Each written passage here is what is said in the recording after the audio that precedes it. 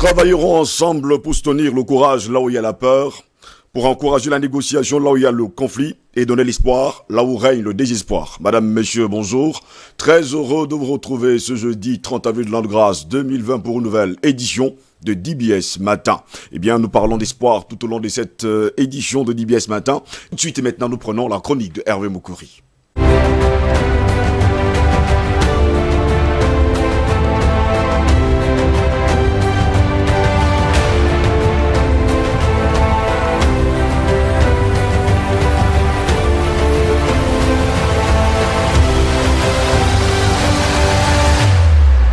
Il pleut dans la ville comme il pleut également sûrement dans plusieurs cœurs. Hervé Moukouri est là ce matin. Bonjour et bienvenue à vous. Merci Steve. Vous allez Je sais bien? qu'il pleut dans la ville. Hein? Il pleut. Bon, ça va. Il pleut pas également dans votre cœur.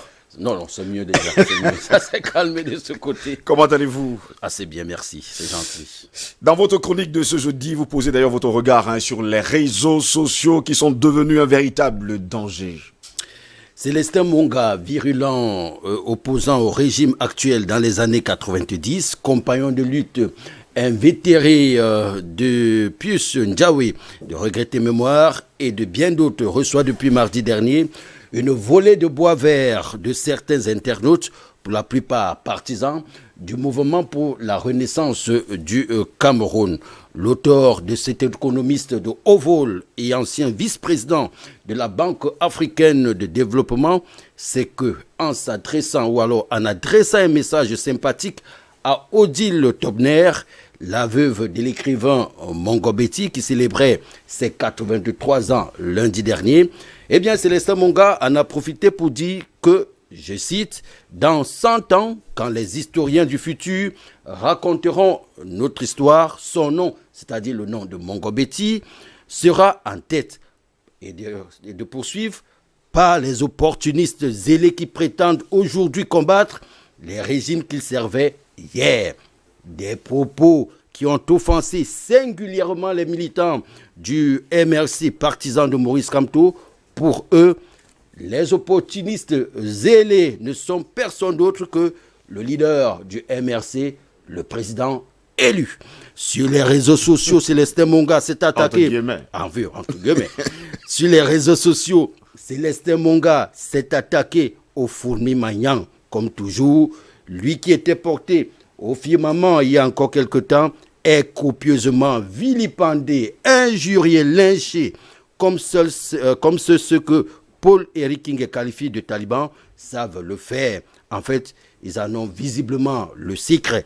Le cas de Célestin Monga compte parmi tant d'autres. Pour peu que le nom de Paul Biya, de Maurice Kamto en l'occurrence, soit accompagné d'une expression négative, d'un constat amer, d'un reproche parfois fondé, c'est la ruée vers les réseaux sociaux pour des remontrances acerbes, des propos injurieux.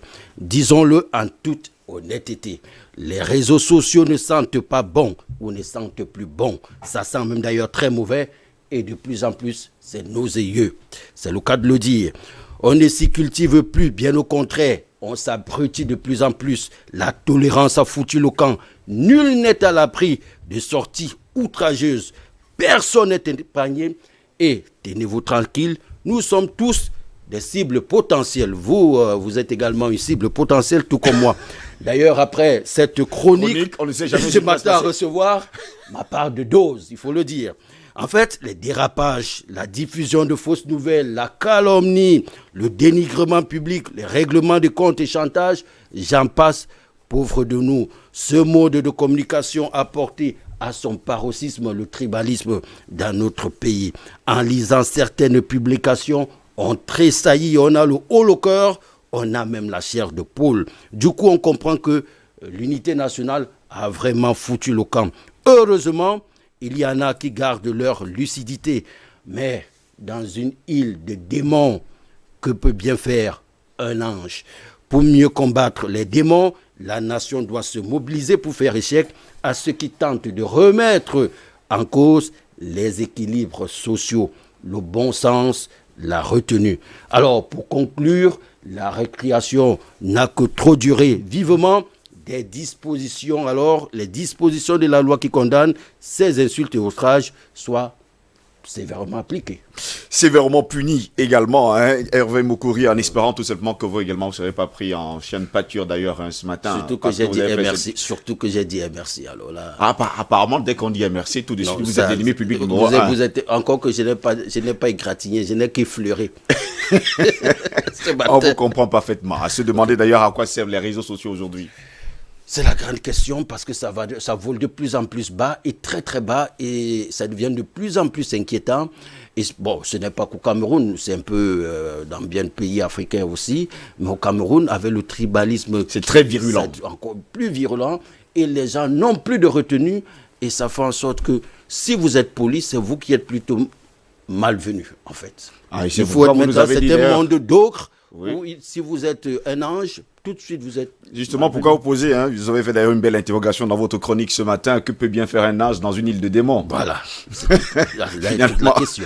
Allez savoir ce que peut bien faire un ange. Mais je pense qu'il pourra se défendre. Seul, je ne crois pas. Seul, je ne crois pas. Il fut un temps où il fallait quand même être très intelligent pour avoir une belle conversation publiquement, mais aujourd'hui, on a l'impression que les réseaux sociaux sont venus donner le pouvoir à certains idiots. Et en plus, ça fait en sorte que ceux qui peuvent apporter hésitent déjà à vouloir partager leurs connaissances. Voyez-vous, ça devient ils se montrent de plus en plus réticents, et c'est nous autres qui aimons nous cultiver qui perdons. Merci en tout cas, Hervé Moukouri, d'avoir été dans notre ce matin. Espérons vous retrouver en grande forme demain. On ne va pas également oublier de dire à nous. Demain, c'est la fête du travail. Vous travaillez, vous? Oui, on travaille. La télévision travaille. Pas. Merci de me le faire savoir. Et vous qui êtes à la maison, n'oubliez surtout pas, refuser de philosopher, c'est entonner l'hymne de l'ignorance et chanter le culte de l'idiotie. Tout de suite et maintenant, nous allons accueillir nos débatteurs. Eh bien, c'est le débat.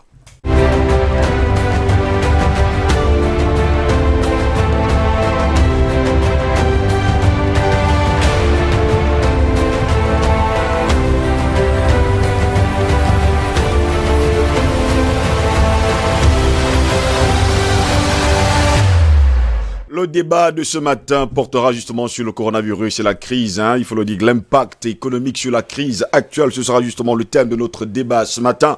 Et bien sûr, deux de mes invités sont déjà là sur ce plateau. À ma gauche, Paul Nken, qui est là ce matin. Paul Nken, bonjour et bienvenue à vous. Bonjour Monsieur Ngos et bonjour à tous vos chers téléspectateurs. Je suis ravi de vous retrouver ce matin une fois de plus pour essayer d'analyser l'impact économique du Covid-19 qui est en train de décimer les populations partout à travers le monde. Nous espérons que nous serons à la hauteur de vos attentes. Et merci en tout cas pour... vous êtes déplacé et d'être là ce matin malgré la pluie dans la ville. Faut pas également oublier, Paul Nken, il y a quelqu'un qui me disait hier que vous avez la tête de Popol. Ah bon? C'est ce qu'on m'a dit en tout cas. C'est vrai, j'ai souvent entendu ça. Non, c'est juste pour vous charrier. À ma droite, docteur Béni Chris Kiezé du côté du Congo, Kinshasa, mais qui est surtout au Cameroun. Il aime bien toujours au Cameroun. Bonjour et bienvenue à vous. Bonjour Steve Ngos, bonjour à vos milieux de téléspectateurs, bonjour à la grande équipe technique et bonjour à ceux des milliers de fidèles qui suivent chaque matin d'UBS Matin. Messieurs, le sujet en tout cas ce matin, comme je l'ai dit, on entame d'ailleurs de ce débat. Nous allons parler bien sûr de la crise du coronavirus sur l'économie camerounaise et surtout l'économie africaine. Comme vous le voyez bien sûr à la une, pour ne pas dire en tout cas sur vos petits écrans, Covid-19, l'impact économique de la crise actuelle. Un autre invité vient de nous rejoindre, Patient Parfum d'Homme, analyse politique et surtout il est dans un mouvement patriotique. Bonjour et bienvenue à vous. Bonjour Steve, bonjour à Béné Chris et à Paul Nken. Et bonjour à nos nombreux téléspectateurs, à la grande famille de DBS La Matinale, qui ne fait que s'agrandir. Faites beaucoup de bébés ces temps-ci. Oui. C'est quelque chose de fantastique. Félicitations pour cela. Merci. Un bonjour particulier aussi à ceux dont nous avons carrément fait l'un des plaidoyers les plus importants sur ce plateau, oui. À savoir ces ex-détenus qui ont été élargis, mais qui de plus en plus commettent des méfaits qui nous font dire que peut-être on aurait dû la laisser finalement en prison. Parce que c'est incroyable. On ne peut pas comprendre que à peine sortis de prison, certains parmi eux violent. Comment dire ça, ils violentent, ils agressent L'un d'eux a été ramené à la brigade de gendarmerie de Bonadio dernièrement avec sa levée de clous encore en poche. Il tentait de poignarder un bertiquineur, c'est-à-dire le conducteur de moto, taxi, pour lui arracher sa moto. Dans la ville sucrière de Mbandjok, on compte plusieurs dizaines d'agressions de ces travailleurs qui prennent le car, comme on dit. Ils vont à 4 du matin pour prendre le travail, parce qu'ils sont sortis de la prison de Nangaï beaucoup. Alors, dans tout le Cameroun, les échos me parviennent de ces méfaits, de ces comportements qui continuent de les mettre en marche de la société. Je pense que le fait que nous avons produit ce plaidoyer puissant pour qu'ils puissent élargir, c'était dans le sens de décongestionner nos prisons pour éviter justement les cas de contamination au Covid-19. Mais cela ne signifie pas que c'était un chèque en blanc qu'on leur offrait pour qu'ils continuent leur sale besogne sitôt sortis de prison. Donc à eux de faire amende honorable et savoir se ressaisir pour mieux réintégrer la société envers laquelle ils ont beaucoup de choses à se reprocher. À ce sujet, quelqu'un me disait d'ailleurs hier que certains de ces prisonniers préfèrent rester en prison que d'être dehors. Oui, mais il y a aussi le problème de l'accompagnement. Il y a beaucoup de ces jeunes prisonniers, sitôt sortis de prison, qui n'ont presque rien. Donc je crois qu'il faut qu'il y ait une étude vraiment qui soit bien menée, quitte à ce qu'on les mette dans les maisons comme les maisons des enfants de la rue. Il y en a, je crois, au PK. Le temps pour eux de pouvoir se refaire avant de les laisser comme ça s'insérer dans la société, parce que c'est très grave ce qu'ils peuvent commettre comme forfait ou bien comme effet, et qui peuvent vraiment apporter atteinte à la vie des paisibles citoyens qui ont déjà beaucoup de problèmes. Il ne faut pas l'oublier, il y a le Covid-19, mais il y a aussi la misère rampante avec laquelle ils doivent lutter au quotidien. Si maintenant il faut encore subir les supplices, n'est-ce pas, de cette charge de ces jeunes, pour la plupart d'entre eux d'ailleurs, qui ont volontairement choisi de se mettre en marche de la société, je crois que c'est pénible. Donc, aux forces de maintien de l'ordre, de redoubler d'ardeur, mais surtout aux autorités administratives de prendre les décisions qui s'imposent pour que vraiment on ne puisse pas faire, comment dire ça, bonne fortune, mauvais cœur. En tout cas, il faut également préciser que l'un de nos collaborateurs a échappé d'ailleurs à une agression ce matin. Il s'agit bien sûr de Alain Diok, qui a été agressé justement du côté de Bédi. Derrière, il faut le dire, Saker, on va le dire comme ça. Ben voilà. Je vais me tourner déjà vers Paul Ken. On parle bien sûr de cette crise économique, la crise actuelle. On parle du Covid-19 qui touche d'ailleurs l'économie camerounaise et plusieurs restaurants ont fermé. Oui, Monsieur Goss, avant de revenir sur le côté économique, je voudrais dire que cette crise nous interpelle sur le plan de l'humilité et de l'humanisme.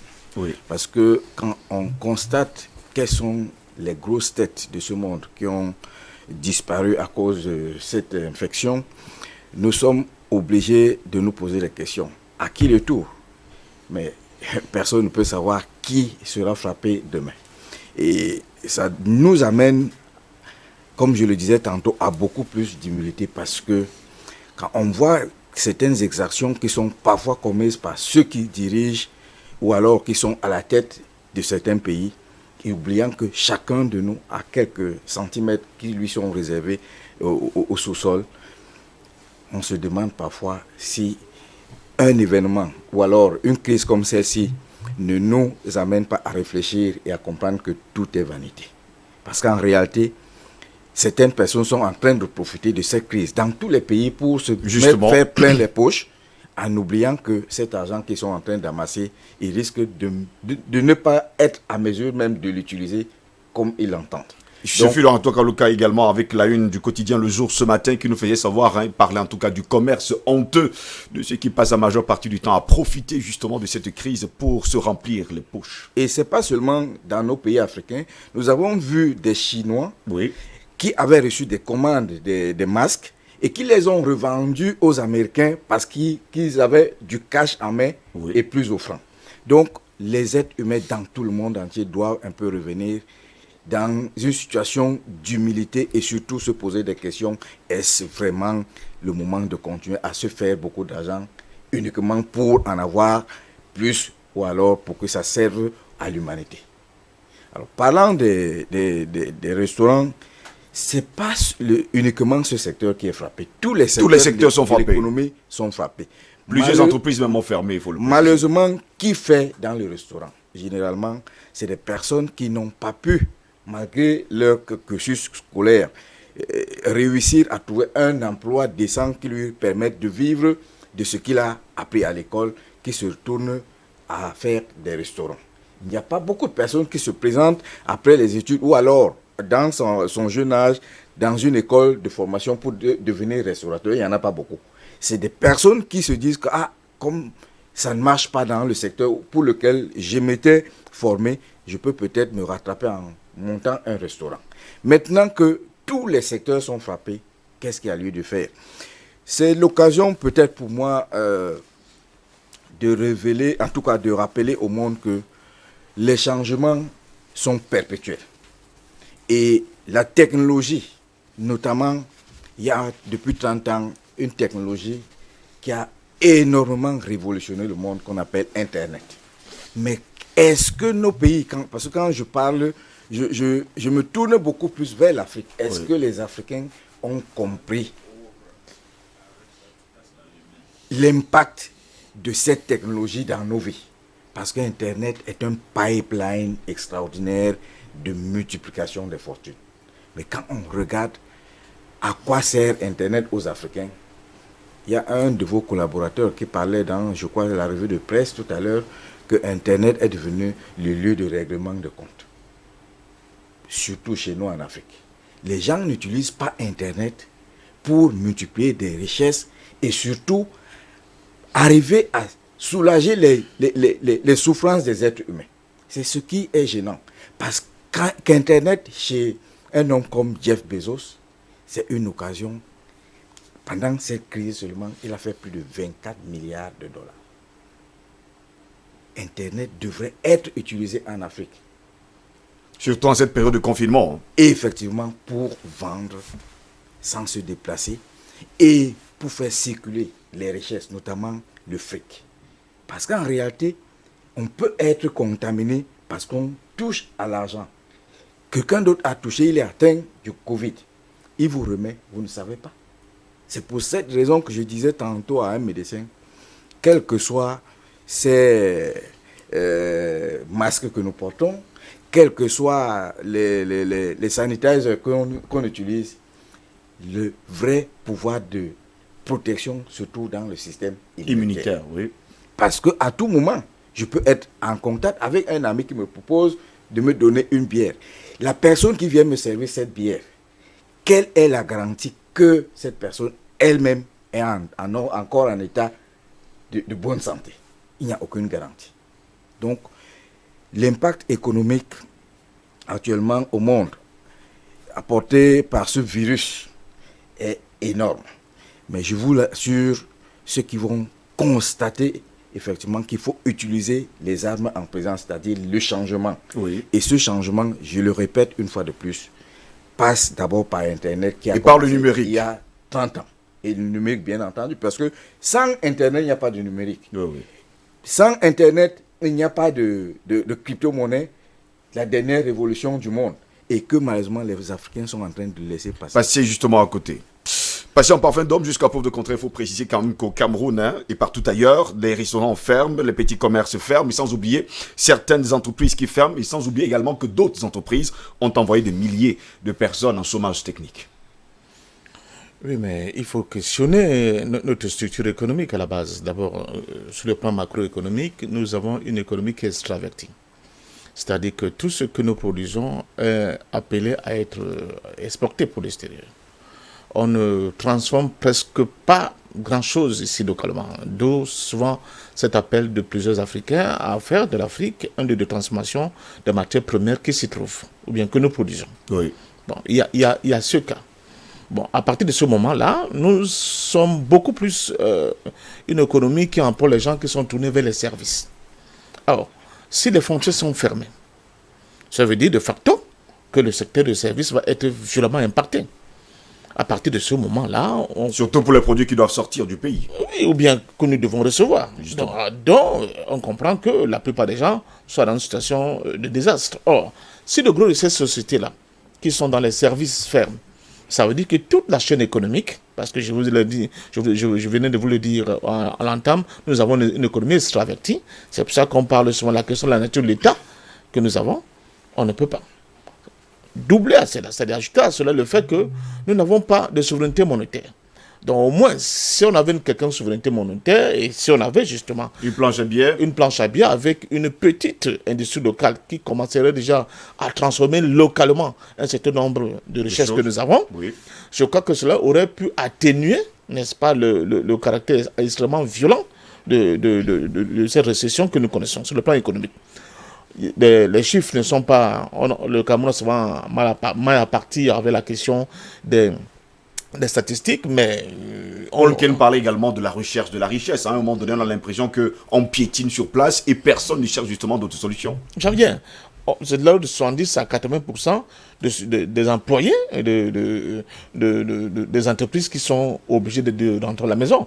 De temps qu'il y a Une ouverture des frontières. une embellie avec la fin de Covid-19, ce qui n'est pas évident. Maintenant, la recherche des solutions, elles sont là. Mais en même temps, elles reposent toujours la question de notre structure économique, c'est recherche des solutions. Parce que si ailleurs, les gens peuvent se lancer, et c'est par exemple le cas de la crypto-monnaie, avec beaucoup d'emphase dans cette recherche de solutions, c'est parce qu'il y a des structures de base qui existent et qui font que les gens peuvent estimer que je peux tenter ma chance dans cette direction. Mais quand vous avez des gens qui vivent au jour le jour, leur orienter totalement dans cette... Et c'est pour ça que je crois que je comprends Paul Nken qui a raison, mais je tiens à lui dire que les gens ont l'impression qu'ils vont dans une partie de poker. C'était comme si tu invitais les gens à aller jouer au Jambo, parlons comme ça, de manière triviale. Pourquoi? Parce que, ça dit que la fourniture, par exemple, en électricité n'est pas du tout garantie sur le territoire national. Vous avez une opération à faire, vous n'avez pas d'électricité, faites comment? 2. La fourniture Internet. Internet, c'est encore, pour l'instant, la poêle à bannière. Vous voyez comment les gens jonglent avec ce qu'ils appellent les mégas, avec le data, pour pouvoir, de temps en temps, être toujours visible sur le net. Donc, voilà les problèmes. Je n'ai pas fini, hein, la chaîne encore longue. Des problèmes, au moins, qu'on peut commencer à poser, qui font que demander à quelqu'un d'aller dans un secteur qui lui semble très lointain, qui lui semble presque inaccessible, devient de plus en plus difficile. Mais maintenant, quand on regarde... Mais faut-il pas souvent oser? Mais il faut toujours oser.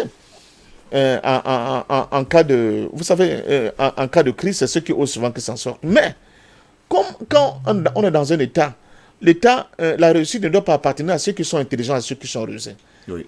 Ceux qui sont intelligents et ceux qui sont rusés, c'est l'infime partie. C'est la happy few. Le gros de la troupe sera laissé carrément, comment on dit ça, en bord de la route, au bord de la route. Et ça, c'est pas bon. Il faut avoir des solutions innovantes qui tirent tout le monde vers le haut. Je vous donne des informations, par exemple. Certains États occidentaux, tout à l'heure, il a parlé de cette cargaison de masques qui était destinée à un pays qui avait déjà fait des contrats et qui a été racheté sur le tarmac de l'aéroport par l'Amérique de M. Trump. Oui. Ça veut dire que nous sommes dans une guerre économique où il n'y a pas de pitié. Alors, en France, par exemple, pour être un étranger, pour prendre des parts dans une entreprise française, ils ont des entreprises qu'on appelle des fleurons. Avant, c'était pas plus de 30%. Ils sont descendus après à 20%. Maintenant, ils sont en train de prendre des décisions, pas plus de 5%. Et l'État doit être regardant sur ces investissements privés qui viennent prendre des parts dans des sociétés, même privées françaises.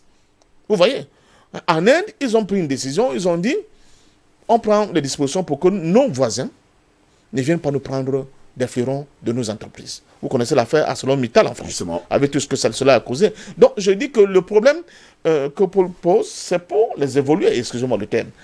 Avant, on parlait d'évoluer. Ceux qui ont cette vision rapide, là, de vite comprendre. Mais le gros de la troupe, la large frange de la population, qui vit au jour le jour, il y a des moments qui vendent des tomates. C'est après avoir vendu les tomates le soir, qu'elles défarquent son bénéfice pour faire la petite soupe à la maison. Ils vont faire comment? D'où le rôle central de l'État. Je crois qu'il faut qu'on interroge de nouveau le rôle central de l'État. Il faut que l'État ait presque disparu chez nous.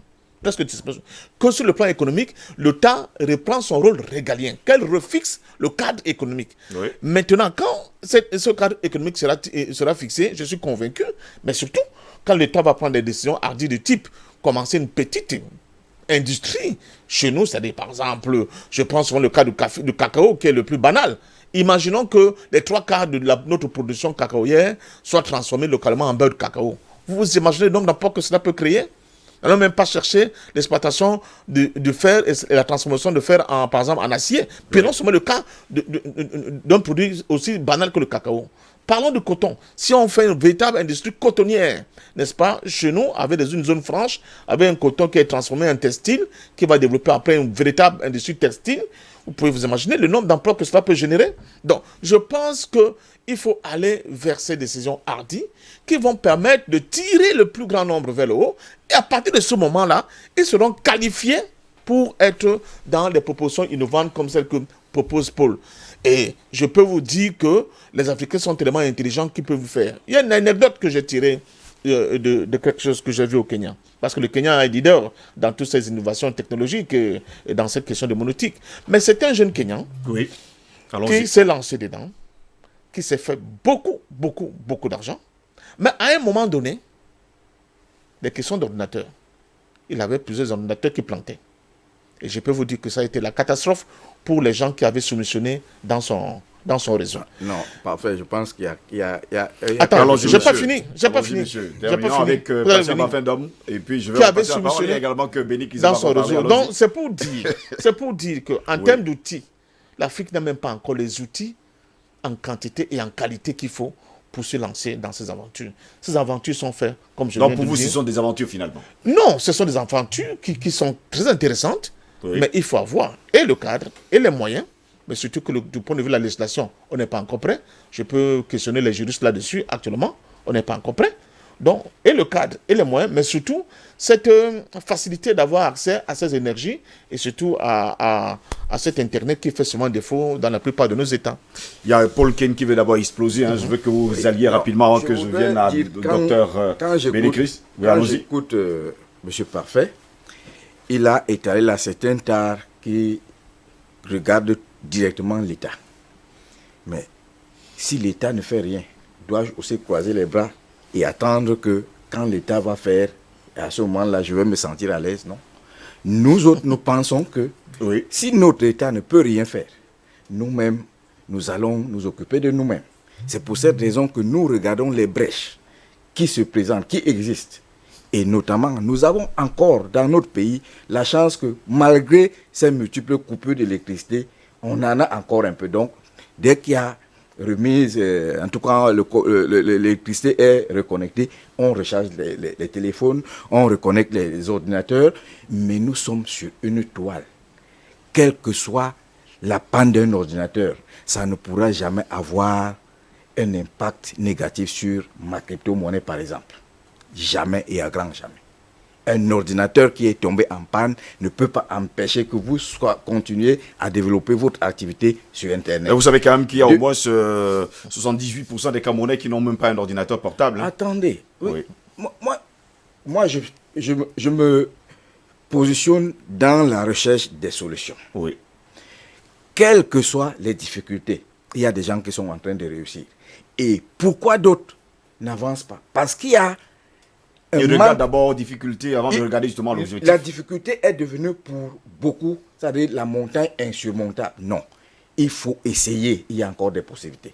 Et parfois, les hommes politiques que nous critiquons, ils disent certaines choses qui passent inaperçues. Je ne suis pas un militant du RDPC ni un biaïste, mais ce monsieur a dit quelque chose dans ce pays à l'endroit de la jeunesse.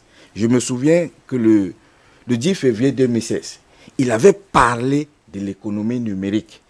Et dans son discours de fin d'année 2018, il avait rappelé que l'économie numérique n'attendra personne. Aujourd'hui, dans certains centres, ce n'est pas l'État qui les a créés. Il y a des personnes qui sont en train d'apprendre à trader. Ces personnes-là ne demandent plus à manger à leurs parents. Je vous comprends, Paul Ken, on va revenir d'ailleurs avec vous dans un instant. Docteur Béni Kiezé, jusqu'à preuve de contraire, on sait que l'Afrique est en train de souffrir. C'est vrai que Paul Ken nous fait savoir qu'il y a des solutions d'ailleurs numériques. Il y a également la crypto-monnaie, il y a le trading qui se fait d'ailleurs à partir d'Internet. Mais nous savons que ce n'est pas tout le monde qui a les moyens. Il y a ceux qui travaillent pour les autres et qui attendent d'ailleurs de rester travailler pour les autres. Mais de manière globale, il faut dire que l'Afrique n'a pas les moyens. Oui. Parce que nous sommes catalogués de pays pauvres très endettés et tous les gros diplômés en Afrique l'ont accepté. malgré le fait contradictoire qui démontre que l'Afrique est le continent le plus riche du globe terrestre. Donc, il y a ce paradoxe-là qu'il faut mettre en évidence. Et je vais dire quelque chose par rapport à ce que M. Paul Ken venait de dire. Albert Einstein disait en son temps, la seule valeur d'une société stable ne réside pas dans l'État, mais à l'individu capable de réinventer l'avenir. Donc, l'État, à un certain moment, peut ne pas être capable de faire un certain nombre de choses. Mais les individus qui repensent cette société peuvent initier, innover et orienter la société vers d'autres domaines porteurs. Ça, c'est d'un. Mais de deux, parfaitement aussi raison quand il est en train de démontrer qu'il y a des domaines où seul l'État doit intervenir. Par exemple, dans la législation, c'est l'État qui édicte des lois. C'est l'État qui prend des décisions pour, n'est-ce pas, légaliser, légiférer sur un certain nombre de domaines qu'on peut être créatif. Par exemple, aux États-Unis, il y a beaucoup de gens, par exemple, qui ont démontré que l'utilisation de l'énergie électrique, et tout, etc., détruit la nature, est destructrice et permet à une certaine élite de s'enrichir au détriment du plus grand nombre, comparativement à ce qu'on appelle l'énergie libre, qu'on pouvait mettre à disposition de tous les citoyens. Mais puisque cela va de soi que tout le monde va en bénéficier, même les pauvres, il faut donc empêcher que ce secteur soit développé, alors qu'on continue de privilégier des domaines où les pauvres n'ont pas accès. Donc, quelque part, il y a cette bourgeoisie mentaliste qui est le ferment du capitalisme, qui bat son plein et qui est devenu, n'est-ce pas, le modèle de toutes les sociétés du monde. Surtout nos sociétés africaines qui copient à la lettre. Restons quand même dans le Restons cadre dans les que sujets. le téléspectateur comprenne que Très il y a bien. quand même la vendeuse de tomates qui n'a plus son travail parce que jusqu'à preuve le contraire, le Justement. transport est coupé pour aller chercher la tomate, par exemple, en Diombe. Il y a des Justement. personnes qui attendent, par exemple, de vendre des produits qui viennent de l'étranger. Mais malheureusement, les ports sont fermés, les aéroports sont fermés. Eux aussi, c'était leur secteur, un secteur plutôt fructueux. Mais les problèmes, il faut regarder plutôt à l'envers de la médaille. Oui. Les problèmes, c'est que nous ne produisons pas ce que nous consommons et nous consommons ce que nous ne produisons pas. C'est là l'énigme fondamentale dans cette problématique. On n'aurait pas de problème, par exemple, si nos mamans qui produisent à l'intérieur de nos pays Oui. pouvaient avoir un débouché local où ils écoulaient, où elles faisaient écouler leurs marchandises. On n'aurait pas un impact à un pourcentage plus élevé si nous avions organisé un marché local autonome. Mais paradoxalement, tout ce que nous produisons, l'essentiel, part à l'étranger et tout ce que nous consommons, paradoxalement, vient de l'excès. C'est là que l'impact de Covid-19 sera lourdement ressenti au niveau de la population de base. Surtout lourd de conséquences, il faut le dire. Des lourdes conséquences. Vous parlez aujourd'hui de plusieurs entreprises qui ont mis pratiquement la clé sous le paillasson. Parce que les contextes sanitaires et sécuritaires ne permettent plus à ces entreprises de fonctionner. Il y a de l'autre côté, certaines banques ne peuvent pas financer certaines entreprises parce que simplement ces entreprises-là ne représentent pas leurs intérêts majeurs. Je vais vous donner un exemple petit pour finir. Le ministre des Finances, le patron de la finance américaine, sous Bush, a fait que Lehman, la banque Lehman Brothers, Lehman Brothers, oui. Qui s'est écoulé d'ailleurs comme un château de cartes en s'est 2008. écoulé Oui. au moment où lui, il finance Goldman Sachs, qui est une autre banque en faillite. Donc, à un moment donné, l'élite choisit ses orientations en fonction des intérêts qu'ils défendent.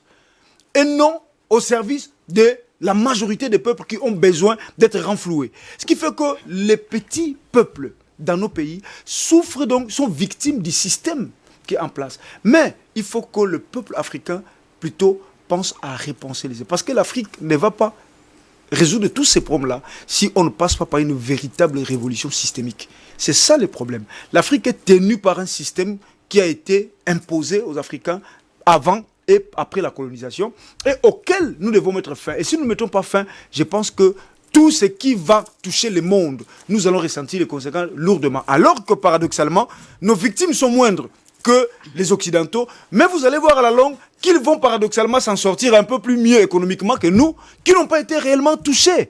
Je vous donne pour finir rapidement. Regardez vraiment la contradiction qui existe aujourd'hui. Parfait parler des prisonniers qui ont été libérés, qui font des Qui vont sévices encore pas mal de aujourd'hui. dégâts, il faut le dire. Mais le problème, c'est quoi? C'est aujourd'hui que les Africains découvrent la surpopulation carcérale. Par exemple, la prison de Kondengui a une capacité d'accueil de 1500 prisonniers dans les conditions normales. Aujourd'hui, cette prison compte à peu près plus de 4000. Plus de 4000. Donc, double fois le nombre initialement prévu. La prison de Dakar a une capacité d'accueil initialement prévue de 5 000 et quelques. Aujourd'hui, la prison compte plus de 12 000 détenus. À Kinshasa, à Maka, le Maka là, à Maka, à Abidjan, j'ai fait cette étude-là pour vous démontrer que, mais finalement, il faut que l'Africain repense tout son système. Et si nous ne prenons pas en charge, c'est là, aujourd'hui, mais demain, nous continuons de subir. Jusqu'à preuve de contraire, vous dites qu'il faut que l'Africain change son système. Et justement, c'est comme si vous pointiez du doigt, justement, l'État. Je me tourne vers vous, Paul Ken. S'il faut changer, justement, c'est tout l'État qui est pointé du doigt. Je sais que l'État a ses responsabilités. Oui. L'État ne permet pas que les énergies soient vraiment libérées. Parce qu'ils sont toujours, même Internet, dans nos pays aujourd'hui, pour avoir accès à Internet, allez au Rwanda, vous allez voir le débit. Allez en Côte d'Ivoire, vous allez constater que c'est encore meilleur. Mais chez nous, au Cameroun, les gens se demandent, mais est-ce que nous sommes dans le même pays? Or, c'est un instrument de travail avec lequel chacun de nous a besoin de se servir pour se développer. Béni Christ vient de dire... Il y a certains qui ne se servent pas d'Internet pour se développer, c'est juste pour s'amuser. Il ne faut pas insulter les gens à longueur de journée. C'est pour ça que je suis atterré de constater que ça se passe de cette manière. Un jeune Africain aujourd'hui passe son temps sur Facebook ou WhatsApp pour poster des images ou alors pour insulter les hommes politiques. Il perd son temps. Il a intérêt à se poser la question, qu'est-ce qui peut me permettre de sortir de ma situation? Béni Christ vient de relever que dans nos prisons, on se retrouve dans un espace prévu pour 1500 personnes avec 4000. Tout à l'heure, j'ai parlé du fait que cette crise devrait servir d'occasion pour que chacun fasse son bilan. Il se demande, est-ce que j'ai été humble quand j'avais le pouvoir de gérer une prison? Est-ce que j'ai milité pour qu'il y ait plus d'espace pour les détenus? Si nous ne le faisons pas, n'accusons pas toujours les autres que c'est eux. Chacun de nous a sa part de responsabilité. Mais beaucoup plus chez nous en Afrique, ceux qui sont sur les manettes du pouvoir, dès que quelqu'un est assis, il oublie d'où il est parti et pense tout simplement à écraser les autres. C'est pour cette raison que moi, je n'ai plus le temps de tirer à boulet rouge sur les gouvernants.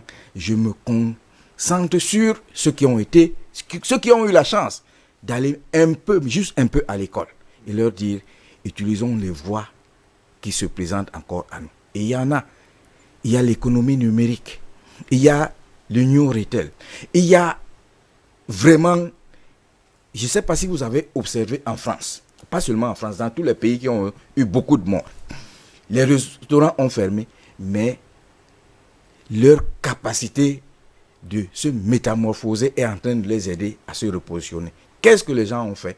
Les grandes enseignes qui vendent les Carrefour, les Super U, ces compagnies-là risquent de fermer dans les jours à venir. Pourquoi? Parce que les petits restaurants ou les petits commerces ont décidé de vendre en ligne. On filme les articles, on envoie à leurs clients qu'ils connaissent. Oui. Et vous allez constater que beaucoup ont des vélos pour aller livrer à domicile. Les grands enseignes, quand la reprise, si jamais elle arrive, ils risquent de constater que les mêmes clients qui venaient chez eux ne viennent plus parce qu'on vient leur livrer la marchandise à domicile. Donc, pour moi qui suis en Afrique, je dis, je ne vais pas partir du Cameroun parce que je me rends compte que ça marche bien de l'autre côté. Est-ce que je peux vendre mon article? Je peux avoir une paire de lunettes. Je sens que je suis foiré ce matin. Qu'est-ce que je fais? Je filme ma paire de lunettes. J'envoie à quelqu'un dont je sais qu'il est dans le besoin d'une paire de lunettes. Je lui dis, cette paire de lunettes, elle vaut 495 000. Moi, je vous la donne à 70 000 francs ce matin. Et la personne me dit, mais j'avais besoin effectivement de cette paire de lunettes. Immédiatement, il me demande, comment est-ce que je t'envoie de l'argent? Nous avons Orange et MTN. Sans publicité. Oui. Il m'envoie de l'argent. Moi, je trouve un bensiquin. Je dis, bon, va voir tel, tu lui donnes ses lunettes. Terminé. J'ai fait mon gain. Et beaucoup d'activités se sont développées dans notre pays grâce à cette puissance de communication qu'est Internet. Et il y a encore mieux. Il y a une technologie qu'on appelle la blockchain. Elle seule peut nous permettre, nous, africains de décider du prix de nos matières premières, que ce soit... Vous n'allez pas le pétrole. dire quand même à une maman qui est à Amsterdam depuis plus d'une cinquantaine d'années qu'elle va aller faire ce genre de choses sur son portable. Oui, mais si son fils fait, ça profite à toute la famille. La maman ne peut plus. Oui. Mais elle a fait un enfant qu'elle a envoyé à l'école. Et parfois, cette maman-là est obligée de nourrir cet enfant encore après les études. Devrons-nous continuer à vivre cette situation? Et je dis non. Si vous avez un enfant, je dis même s'il n'a fait que le cours moyen 2, nous sommes en phase d'une révolution incroyable. On vous comprend parfaitement, Paul Nken. Jusqu'à preuve le contraire, je vais me tourner vers Patient Parfum d'Homme. Tout le monde ne peut pas être comme maître entrepreneur. Il y a ceux qui sont nés pour travailler pour les autres. Non, je crois que on a l'impression, Paul a l'impression que entre sa vision et ce que je dis, on a. Vous êtes divergent. Vous n'êtes pas divergent. On parle bien sûr de la même chose. Mais moi, on vous comprend. je dis que pour faire tout ce que Paul dit, il faut d'abord que l'État plante le cadre. Tant que l'État n'a pas planté le cadre, Paul ne peut rien faire. Rien. Paul se bat avec ses moyens. Il vous dit une chose simple, c'est que jusqu'à preuve le contraire, il se bat avec ses moyens. Je te prends. Non, ça. Parce que l'État, pour l'instant, n'a pas décidé de vraiment bien s'occuper de ce secteur. Il verra que c'est pas aussi facile que ça. C'est à l'État de planter le cadre dans tous les pays du monde. En France aujourd'hui, partout en Europe, aux États-Unis, les gens ne dorment pas. Les institutionnels ne dorment pas. Ils sont en train de réfléchir justement à l'après Covid-19. Comment repenser l'économie? Comment repenser les législations? Est-ce que sur les territoires africains, on pense justement à l'après-Covid? Qu'est-ce qui va se passer? Je ne suis pas dans le secret de Dieu parce que vous savez comment sont nos administrations centraux. Ils sont tellement hermétiques que la moindre petite information devient quelque chose de très laborieux. Mais en Europe, par exemple, je prends le cas de la compagnie française, Air France. Vous savez très bien que Air France était presque... Oui, à la fin. Alors, à la fin de vie, je vous donne l'information que l'État français et l'État néerlandais vont renflouer les caisses de la société Air France. C'est ça le problème. Vous voyez? Donc, s'il y a un restaurateur camerounais qui est en difficulté, qu'est-ce que l'État camerounais lui dit aujourd'hui? Y a-t-il même une soupçon de proposition? Les gens sont stressés, ils ne savent plus quoi faire. Vous voyez le rôle puissant, régalien de l'État dans les démocraties dont on dit que la liberté, le libéralisme, machin, l'autocité régule tout le bavardage. Mais vous voyez comment l'État, ça dit que le rôle central de l'État reprend de la vigueur. C'est ça le problème. On peut également dire que dans chaque entreprise, l'État a toujours une part. Ah non, dans certains pays libéraux, il y avait des gens qui avaient, tout à l'heure, il a même la crime des subprimes. Il y a un principe aux États-Unis, en anglais, ils disent it's too big to fall. C'est-à-dire que quand vous avez une entreprise, même privée, qui a pris de l'ampleur, l'État ne peut pas se permettre que cette entreprise-là tombe. Oui. Donc quand elle est sur le point de couler, l'État fait tourner la planche à bien et renfloue l'argent pour que cette entreprise reprenne le point de la reste et demeure pour qu'on continue quand même à avoir des emplois. Donc la chimère des privés, n'est-ce pas, elle a un niveau. Passer à un certain niveau, cette institution privée arrêtée devient un ambassadeur de l'État pour la conquête des espaces et des marchés ailleurs. Alibaba, qui nous fait les dons de masques, d'appareils respiratoires. Jack Ma, oui. Oui, on dit que c'est vraiment ça, c'est un self-made man. Voilà comment il a pu s'en sortir dans un système soi-disant communiste. Mais c'est que les gens oublient. C'est que l'État a son argent dedans. L'État a mis de l'argent dans son affaire. Ce sont tout. Là, Paul dit que c'est mais c'est son problème. Le système chinois est fait ainsi. Le système chinois est fait ainsi. Non. Nous sommes partis d'un système qui était communiste à la base. Oui. Ils se sont fait l'argent comment? C'est comme les oligarques russes. Ils se sont fait l'argent comment? C'est l'argent des entreprises d'État que Boris Yeltsin avait donné des pans entiers à Kodosky et machin truc pour se faire de l'argent. L'État a toujours été le principal fabricant de milliardaires, même dans les structures dites capitalistes. Il ne faut pas l'oublier. Donc, je continue de dire que tant que l'État, il ne faut pas qu'on aille dans tous les sens. D'abord, il faut qu'on pose la base sur le plan juridique et législatif d'une activité. Oui. Deuxièmement, l'État doit avoir un droit de regard sur ce que nous faisons. Troisièmement, il y a la nature économique de nos États qui pose problème. Donc, il y a toute cette réforme en profondeur qu'il faudra faire aujourd'hui pour permettre que justement les gens qui peuvent faire dans ce que Paul Ken parle de blockchain en réalité, c'est ce qu'on appelle l'économie solidaire, etc. C'est-à-dire que je peux produire du cacao ici, et toi tu peux produire, je ne sais pas, de beurre là-bas, et on fait du troc. Ça existe aussi. Ça n'a rien à voir. Ça existe aussi. Attends, j'en viens. Terminons avec. Je n'ai pas dit que c'est ça. Mais tu as fait allusion à ça. Oui. Voilà, tu as fait allusion à ça. Donc, j'étais dans disant que il faut que l'Afrique se remette à niveau, qu'on repense notre système économique, mais qu'on ait les institutions et les moyens qui nous permettent de se mettre à ce niveau-là. L'Afrique ne peut pas copier ce qui se fait à l'extérieur. On vous parle de M. Bezos. Bravo, il s'est fait beaucoup d'argent. Mais entre-temps, allez voir en Californie, la 5e puissance du monde, mais c'est un État américain, hein? Les gens font la queue pour aller manger dans le bac alimentation. Ils ont tout perdu du jour au lendemain. Des millions de personnes. C'est-à-dire que nous sommes dans un système, et c'est ce que j'essaie de faire comprendre à Paul, que nous sommes dans un système économique qui a fait que les plus intelligents et les plus malins vont s'en sortir. Mais ils sont une infime minorité. On parle de 1%. Et le reste vont faire comment? Tout le monde ne peut pas s'engouffrer dans cette affaire-là et devenir milliardaire. C'est impossible. Même millionnaire, c'est faux. Il y a les autres qui vont travailler pour les autres. Tu as parlé du travail tout à l'heure. C'est-à-dire que je contribue pour que lui, il soit milliardaire. C'est ça la magie de leur affaire là. C'est tout. Mais c'est ça les capitalistes. C'est ça, voilà, c'est la magie de leur affaire. Jusqu'à preuve le contraire, on a quand même un gros problème. Voilà. Il y a plusieurs employés qui sont à la maison, qui attendent toujours de reprendre le travail. Ils ne savent même pas à quand est-ce qu'ils vont reprendre le travail.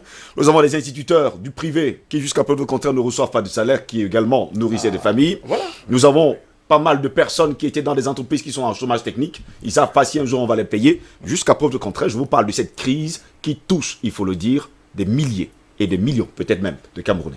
Des millions, des milliers de Camerounais, d'Africains, et à la longue, la courbe ira encore grandissante, parce qu'on n'a pas encore atteint le pic.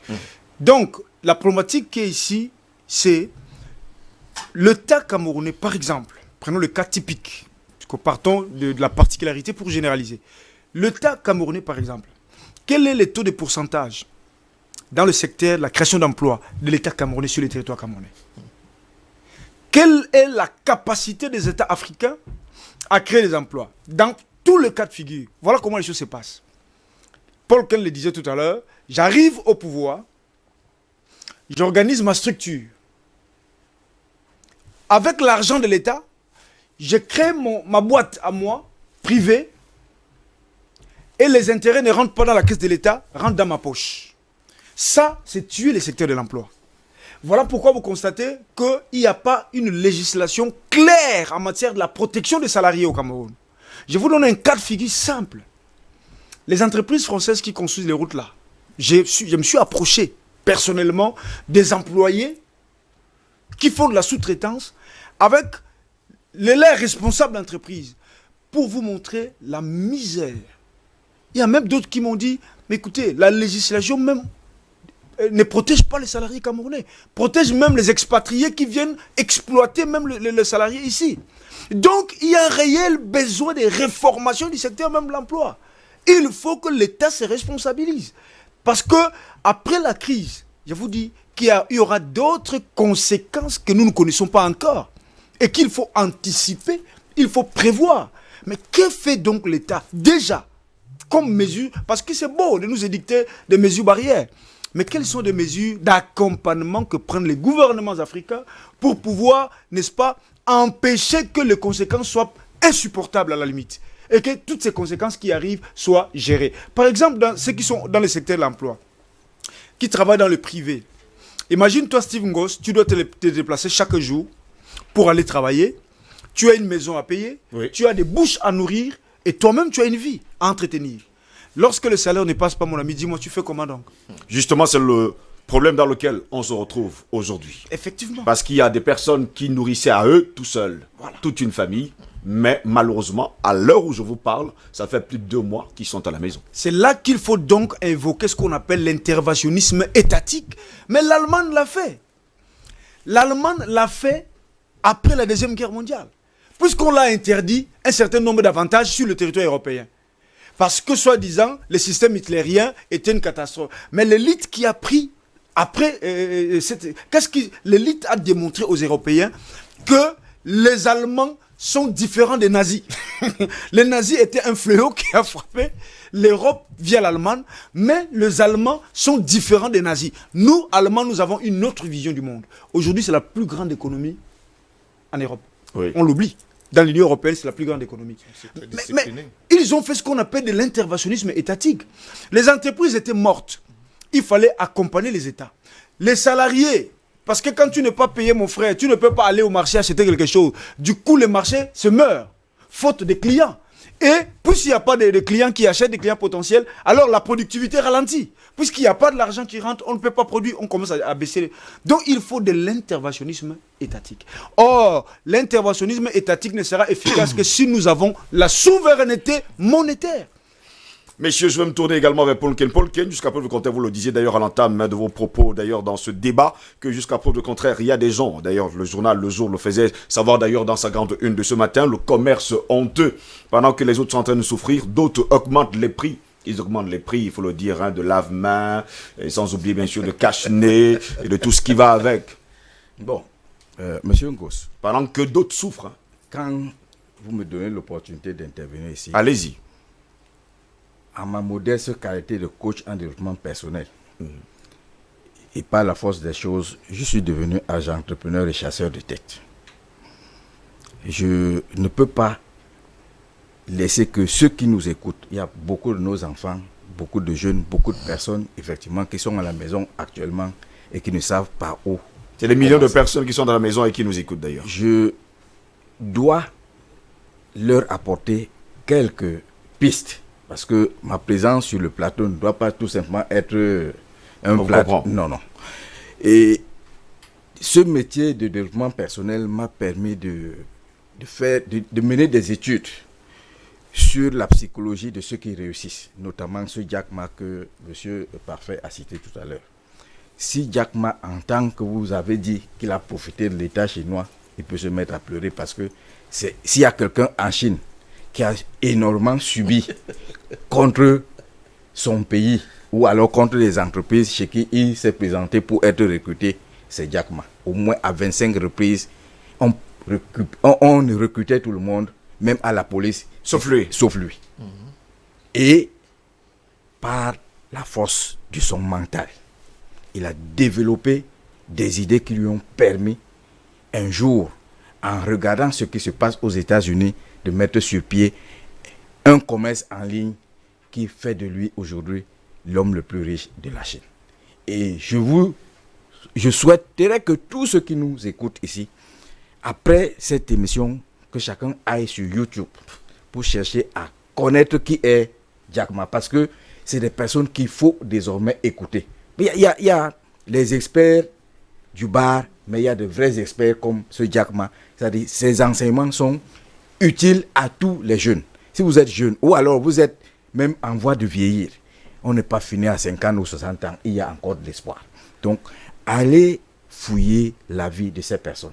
Moi, j'ai regardé la vie, comment Bill Gates, j'ai essayé de fouiller, j'ai trouvé un documentaire sur Bill Gates. Mais c'est un extraterrestre en matière de travail. À son jeune âge, si vous voyez comment il a fait pour arriver là, certaines personnes disent, ah, c'est son père ne lui a apporté que les moyens pour aller à l'école. Mais à un moment donné, Bill Gates a cessé d'aller à l'école pour créer quelque chose. Donc, Même si on va dire également que lors de ce qu'il avait fait, il y a eu tricherie, vous le savez également. Attendez, les tricheries qui finance la guerre à l'est du Congo. Écoutez, monsieur, on n'est pas là pour parler de Bill Gates, on est là pour parler de l'économie. Il faut faire attention avec les modèles qu'on veut imposer aux Africains. Nous avons des modèles en Afrique. On ne vous impose. Nous avons des modèles en Afrique qui sont partis de la pauvreté et qui n'ont pas exposé. Ils sont nombreux. Ils sont très nombreux, les modèles sur le continent. Ils sont nombreux, Paul. Laissez M. Paul Ken. Je n'ai pas dit que l'Afrique n'a pas de talent, malheureusement. L'Afrique en a. Et qu'est-ce que vous, les compatriotes, vous faites pour que les talents africains explosent? Dans votre pays, le jeune docteur Jérôme Mouyangi, vous savez par où il est passé pour être aujourd'hui invité par le chef de l'État? Il a fallu qu'il aille d'abord ailleurs. Mais dans son propre pays, il n'a pas pu. Effectivement. Donc, le problème, ce n'est pas toujours les autres. C'est nous-mêmes. Je sais combien de personnes jalouses nous entourent et qui font feu de tout bois pour nous faire échouer. Ce n'est pas toujours les Occidentaux. Alors, je dis, je reviens à vous qui m'avez posé la question sur les prix qui augmentent. Oui. L'être humain est nanti d'un égoïsme que vous ne pouvez pas imaginer. Dès qu'il y a une opportunité pour se faire un peu du pognon, c'est la première idée qui lui vient en tête. Malheureusement, Parfait tout à l'heure insiste sur le rôle de l'État. C'est à ce niveau que l'État doit montrer qu'il est existant. C'est lui qui doit jouer le rôle d'arbitre. Ils ne doivent pas laisser les populations à la merci de ces commerçants véreux. Je partage cette idée. Mais parfait, comme la majorité de nos États ne font donc pas ce travail. Moi, Paul Nken, je vais m'asseoir et dire que, non, mon travail consiste, qu'est-ce que je peux faire comme effort pour que l'augmentation des prix ne me devienne pas une fatalité. Voilà ce à quoi je concentre mon état mental. Paul. Patient Parfait, donc apparemment, jusqu'à preuve de contraire, vous n'êtes pas d'accord avec Paul Nken. Hein? Non, je crois que Paul semble ne pas comprendre ce que je dis.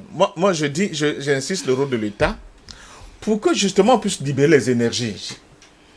Vous êtes donc d'accord qu'à un moment donné, chacun peut faire de belles choses. Mais il faut d'abord qu'il y ait un cadre qui soit bien dessiné, qui permet à la compétition. Mais pour Paul, jusqu'à preuve de contraire, seul, on peut commencer. C'est dangereux ce que Paul dit. C'est-à-dire, Paul dit, puisqu'il y a des tricheurs, moi si je vais adopter ma petite... C'est pour ça que je vais parler des intelligents et des rusés. Comme je suis rusé, je vais trouver ma petite pichenette pour que moi, la tricherie des autres n'impacte pas sur ma vie au quotidien. C'est ça. Vous voyez comment c'est dangereux? Non, c'est pas.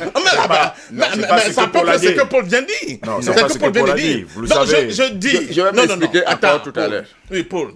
Attends. Les États sérieux, comme c'est le cas de la Chine, n'est-ce pas? Oui. Quelqu'un comme Jack Ma, il a fait plusieurs concours. Je connais tout son parcours. Il a échoué à tous ses concours. Hein. Oui. Il a envoyé plus de 9000 dossiers. Personne ne l'a pris dans un travail. Mais l'État, lui, il a des recruteurs. Et chaque jour, il avait des dossiers dans son sac. L'État qui est dans le processus de fabrication de capitaines d'industrie et de machin, dont de véritables ambassadeurs à l'étranger, a des recruteurs, a des sergents recruteurs, comme dans les clubs de football. On regarde, on dit ce gars, il est tenace. Il a la matière grise et il est tenace. Mais c'est ça les On chasseurs. peut lui faire confiance.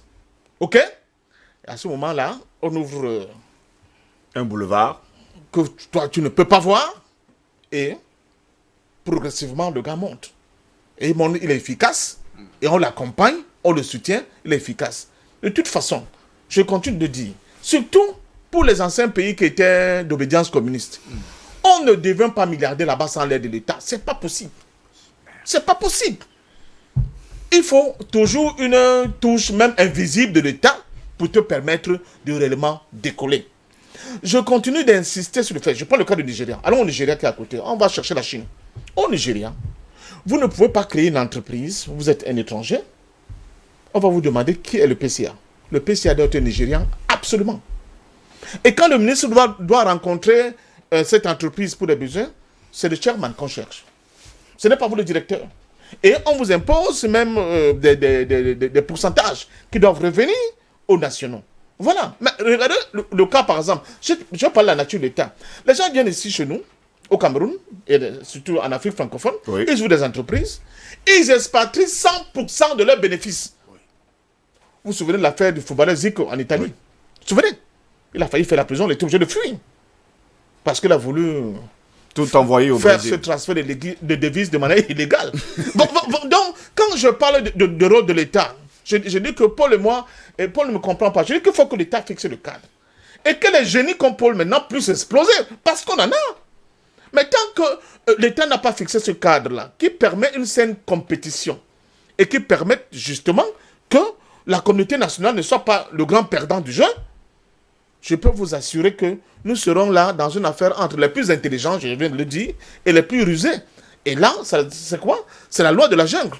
Oui. Regardez bien les animaux. C'est la loi de la jungle. Donc, messieurs, jusqu'à preuve de contraire, il faudrait que l'État vienne en aide à toutes ces personnes qui ont perdu leur emploi ou bien qui sont en chômage technique. Écoutez, Steve Ngos, je vais vous dire quelque chose rapidement. Quand Paul fait l'éloge de capacités individuelles, Paul ne dénigre pas pour autant le communautarisme. Steve, je suis en train d'arriver. J'ai dit que vous n'avez pas dénié. Aucun individu ne sort d'un arbre. Nous sortons de quelque part. Nous sommes liés par des clauses communautaristes. Nous dépendons de la communauté à laquelle nous appartenons. En même temps, cette communauté dépend de comment nous évoluons dans les temps. C'est à nous d'enrichir la communauté ou c'est à la communauté de nous enrichir. Et paradoxalement, je peux détruire ma communauté comme ma communauté peut me détruire. Il ne faut pas oublier tous ces paradigmes.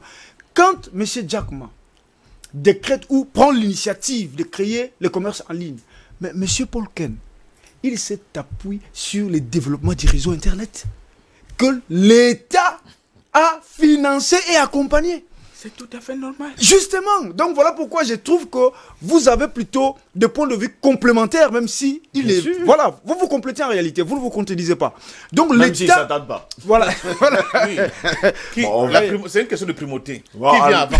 Bon, allons-y, continuons dans donc cette lancée-là. l'État a un rôle très important, je peux même dire déterminant, dans le développement d'une communauté. Mais la communauté, de manière autonome et individuelle, peut soit changer cet état, soit s'y accommoder, soit la détruire. C'est ainsi que la Chine de Mao, ce n'est pas la Chine d'avant. Parce que la Chine de Mao était des idées, comme le Paul Ken, comme le Parfendom, qui pensent que cette société n'est pas celle que nous méritons. Il faut la modifier, il faut la changer. Et donc, la Chine qui est née, qui est devenue une puissance aujourd'hui, c'était l'idée d'un individu, Mao Tse-tung, qui a trouvé un appui, un certain nombre d'élites qui ont compris qu'il faut que nous puissions changer la Chine. Moi, je pense que le Cameroun de demain dépend de quelle élite, de la nature de quelle élite va prendre le Cameroun de demain. Parce que le Cameroun d'aujourd'hui est le reflet du Cameroun d'hier. Des idées que le Cameroun développait hier. L'Afrique d'aujourd'hui est l'émanation des idées que nos élites ont hier. Si les Lumumba, les Sankara, les Oumniobe étaient aux affaires, l'Afrique et nos pays seraient différents aujourd'hui. Si les Nkrumah et les autres étaient aux affaires, je pense que... Mais quelle est l'Afrique qui a triomphé? C'est l'Afrique néocoloniale, avec les gens tels que les Senghor, les Houphouët-Boigny, etc., etc. Et l'Afrique à laquelle nous appartenons, c'est une Afrique d'impuissance, où on n'encourage pas la créativité parce qu'on n'appuie pas. Montrez-moi, Paul Ken, combien d'écoles avons-nous ici en Afrique d'ingénierie? Déjà, pour parler du développement de e-commerce et tout, il faut que nous soyons maîtres, que nous sachions contrôler, nous, l'outil Internet. Parce que c'est une autoroute de l'information, oui, mais c'est en même temps une autoroute de la dépravation des mœurs. Souvenez-vous, le printemps arabe ne pouvait pas exister s'il n'y avait pas l'Internet. C'est par l'Internet que l'Occident a déstabilisé tout ce qui s'est pavané comme des rois au Maghreb et qui s'opposaient à leurs intérêts. Donc cet outil, si on ne la maîtrise pas, si on ne le maîtrise pas, ça devient un danger pour nous. Regardez ce que la France fait. Facebook, ça appartient à un individu. Mais la France dit, ici en France, tu respectes les règles de la France. En Chine, on dit, tu respectes les règles. Mais nous, quelles sont les règles que nos États peuvent imposer à ces structures des réseaux sociaux? Je vous parie qu'une chose, jusqu'à preuve de contraire, du côté de l'Afrique, on ne paye pas Facebook. Alors que de l'autre côté, voilà, on paye Facebook. Voilà. C'est ça la grande différence. Messieurs, jusqu'à preuve de contraire, nous parlons de cet impact économique de la crise actuelle, justement, sur les économies. Et jusqu'à preuve de contraire, rien ne marche, en tout cas pour ces personnes. Rien ne marche depuis 2 mois aujourd'hui. Les aéroports sont fermés.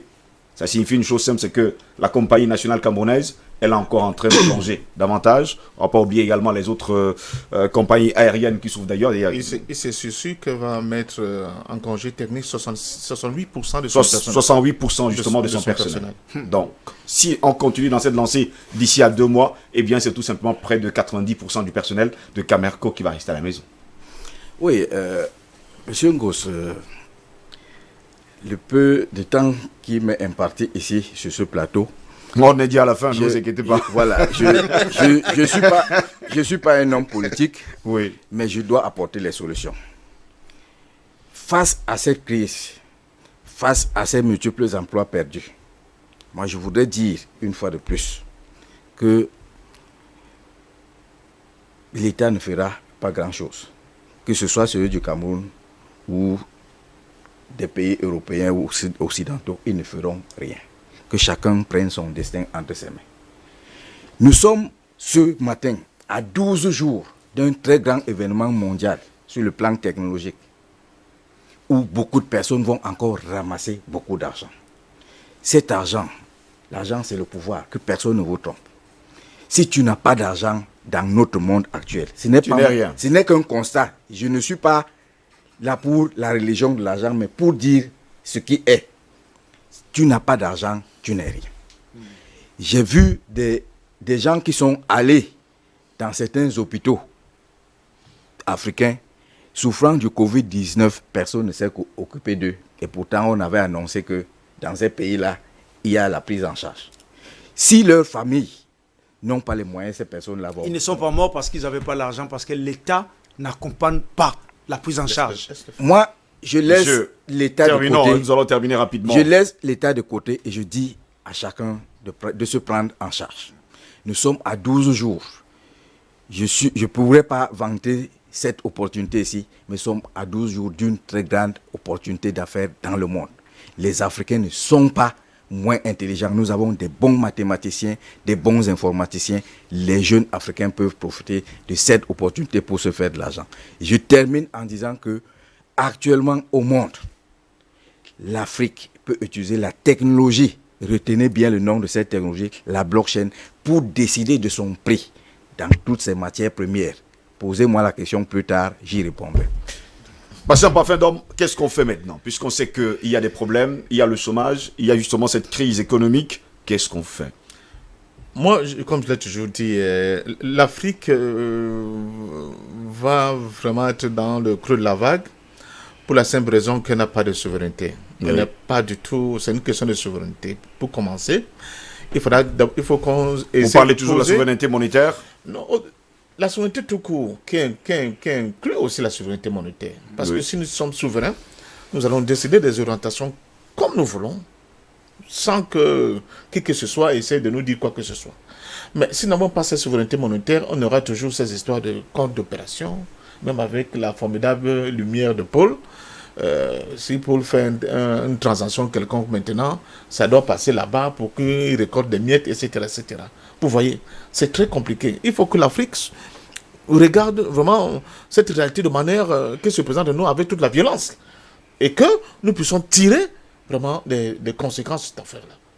On ne peut pas faire autrement. Je dis, on parle de nous sommes sur ce plateau parce que nous sommes peut-être la petite bourgeoisie. Si on peut excusez-moi, mais vous êtes tous des petits bourgeois, vous avez un salaire. Imaginez... oui, mais ce n'est pas le cas. Non, vous n'êtes pas loin de là. Hein, vous êtes la petite bourgeoisie. Imaginez des gens qui vivent au quotidien dans nos quartiers. Imaginez leur détresse. Moi, tous les matins, j'ai au moins 1 à 2, voire 3 personnes qui toquent à ma porte. J'ai tel problème, est-ce que vous pouvez m'aider? Alors que moi-même, je ne peux pas m'aider moi-même. Vous voyez. Il y a une détresse pas possible au sein de nos sociétés. Les autres n'ont pas des restaurateurs. Oui, les petits restaurateurs français vont recevoir quelque chose de l'État. Ici, chez nous, c'est à qui mieux mieux. C'est la loi de l'argent. Pourtant, ces entreprises payent leurs impôts. Hein. Il faut que... Non, même les gens qui vendent en bordure de route, ils payent le TVP. Hein. Justement, c'est ce que je dis. Tout ce moment-là paye l'impôt. On vient traquer même des petits vendeurs de cigarettes dans les quartiers. Oui. Donc, il faut que notre État prenne cette... On a besoin de parler de décentralisation. Qu'elle se réorganise autrement et qu'on essaie de voir. Maintenant, à nos hommes d'affaires qui ont réussi, milliardaires, je crois que d'abord, la fête de travail, c'est demain. Je profite pour dire bonne fête de travail à tous les personnels du groupe d'Ampolo. Bon, travail dans la défaite. Hein. Mais de toute façon, c'est toujours le travail. Bon, c'est pour dire à nos hommes d'affaires, essayez de vous réunir. J'ai vu quelque chose, une initiative formidable au Nigeria. Les hommes d'affaires qui sont milliardaires se sont mis ensemble. Ils ont dit, qu'est-ce que nous pouvons faire pour aider l'État? Et en contrepartie, c'est sûr que l'État va peut-être alléger sur le plan fiscal un certain nombre de choses. C'est du donnant-donnant pour permettre à ces entreprises d'avoir une quelconque respiration. C'est de ça qu'il s'agit. Mais cette étude-là, elle se fait au niveau supérieur. Elle ne va pas se faire, c'est pas une question de gargouille de bar comme tout à l'heure, Paul l'a dit. Je suis pour l'humanisme africain. Et l'humanisme africain veut dire le partage, veut dire la solidarité, veut dire l'entraide. En cas de difficulté comme celle-ci, notre société, notre communauté doit apprendre à se serrer le coude. Les solutions en solo, les solutions individuelles, c'est bon. C'est bon. Quelqu'un veut dire, l'enfer, c'est les autres. Mais je peux aussi dire, comme un autre lui a rétorqué, l'enfer, c'est aussi l'absence des autres. Nous devons tous sortir de cette épreuve de feu, mais plus solidaires que jamais, en comprenant qu'il n'y a que l'amour des Africains pour l'Afrique, pour leurs compatriotes, qui va nous permettre maintenant de créer cette science, qui est la science qui va nous permettre d'aller de l'avant, c'est-à-dire que cette science qui nous libère, donne la capacité de domestiquer la science, donne la capacité que les jeunes Africains s'intéressent au blockchain et qu'eux puissent maintenant dompter cette blockchain pour le bonheur des Africains. Donc vous également, vous êtes d'accord avec le fait qu'il faut être solidaire, il faut être unis pour sortir justement de cette crise. D'ailleurs, je vais citer un grand esprit. Rapidement, parce que nous Martin sortons Luther de King cette... a disait en 2 secondes, Oui. il a dit, nous avons appris à naviguer sur les bateaux, à voler dans l'espace comme des oiseaux, mais nous n'avons pas appris à vivre comme des frères sur la terre. C'était juste une citation, mais c'est très fort. Ça dit que Martin Luther King perçoit la société comme une synergie, c'est-à-dire la solidarité doit exister. L'individualisme détruit les communautarismes, Oui. qu'on le veuille ou non. Les communautarismes, plutôt, renforcent l'individu. C'est cela la problématique qu'il faut. Donc, l'Afrique qui manque encore ces liens de solidarité forts au niveau des États et des institutions, vous n'avez qu'à voir l'Afrique, M. Paul Ken. Vous n'avez pas une union africaine, institutionnelle. Nous n'avons pas. Vous avez votre CEMAC là-bas c'est lieu. Donc nous avons besoin de ce communautarisme institutionnel pour renforcer donc les intelligences individuelles que nous avons pour que demain, dans une forme d'intégration des esprits et de fraternité, nous puissions construire notre continent qui est le plus beau et le plus riche du globe. Et surtout le continent des possibilités et surtout des opportunités. Merci en tout cas à vous, Béni Chris, d'avoir été des nôtres ce matin. Paul Ken, merci également. Sauf si vous avez un dernier mot à dire, parce que je vois sous le... Oui, je voudrais... rapidement, parce que nous sortons de ce débat. Ils sont très nombreux, ceux qui ont perdu leur emploi et qui ne le retrouveront pas facilement. Parfois à cause de l'âge ou alors parce que le patron lui-même n'a pas de revenus. Mais je dis, les opportunités qui se présentent, tout ce qui est possible en ce moment, je le dis, beaucoup de personnes ont cet outil, le téléphone portable. Ils sont connectés sur Internet. Que celui qui a la capacité au moins d'avoir un téléphone Android, qu'il en fasse un moyen qui lui permette de gagner beaucoup d'argent pour aider sa famille, envoyer ses enfants à l'école. Si vous n'avez pas le moyen de savoir comment ça se passe, venez voir M. Ngos, on y réfléchira ensemble. Merci beaucoup, Paul Ken, d'avoir été de nous ce matin. Merci également à vous, Patient Parfendo, mais vous allez rester avec nous parce que dans un instant, nous allons accueillir justement Théo Hiom. Il est avocat et avec lui, nous allons parler justement du chômage technique. Sur ce plateau, Théo Hiom, avocat, il est avec nous ce matin. Jeune avocat d'ailleurs. Hein. Théo Hiom, bonjour et bienvenue à vous. Bonjour à vous, bonjour à... Patient Parfendo. Monsieur Partial... Patient parfait. Patient parfait. Ça fait PPL. Nous sommes rencontrés ailleurs, j'ai eu des difficultés à dire patient parfait, donc ça continue. Mais... J'espère que cette fois-ci, c'est une bonne fois pour vous. Oui, maintenant c'est retenu patient parfait. Voilà, ça va. En tout cas, merci d'avoir pris le temps de revenir de venir sur ce plateau pour parler avec nous justement d'un sujet d'actualité également. Patient Parfait doit rester également sur ce plateau. Lui également va essayer de partager avec nous justement ce sujet qui est à l'ordre du jour et surtout qui fait l'actualité, c'est le chômage technique. Alors maître, c'est quoi le chômage technique? Alors, nous sommes dans une période de crise et malheureusement, beaucoup d'entreprises et beaucoup de salariés nous contactent parce qu'ils font face à des difficultés et le chômage technique s'impose à eux. En fait, le chômage technique, c'est une interruption collective du travail en raison d'une force majeure ou de problèmes économiques, de conséquences, de circonstances économiques particulièrement défavorables. Donc, lorsque nous nous retrouvons dans une situation comme la crise actuelle, pour prendre un simple exemple, les hôtels, pour faire simple. En général, les hôtels, c'est pas pour les autochtones, ceux qui habitent dans une région, c'est pour ceux qui viennent d'ailleurs. Lorsque le gouvernement prend la décision de fermer les frontières, ça fait qu'on n'a plus de visiteurs, on n'a plus de tourisme, et les hôtels sont obligés de mettre la clé sous le paillasson. Au moins pendant la période où les frontières sont fermées. Le personnel de cet hôtel-là se retrouve malheureusement en chômage technique. La difficulté, c'est de pouvoir respecter les conditions de mise en place du chômage technique. Voilà. Et maintenant, comment est-ce qu'on peut revaloriser ces personnes qu'on a envoyées en chômage technique?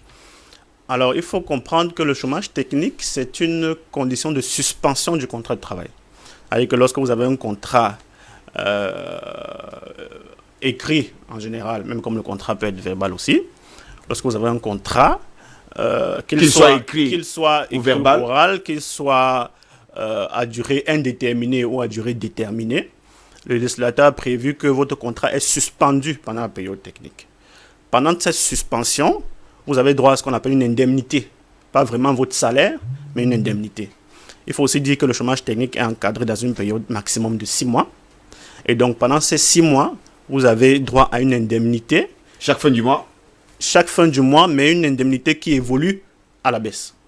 C'est-à-dire, l'arrêté de 95 qui régit les indemnités de chômage technique prévoit que le premier mois où vous êtes en chômage technique, vous avez 50% de votre salaire. Votre indemnité s'élève à 50% de votre salaire.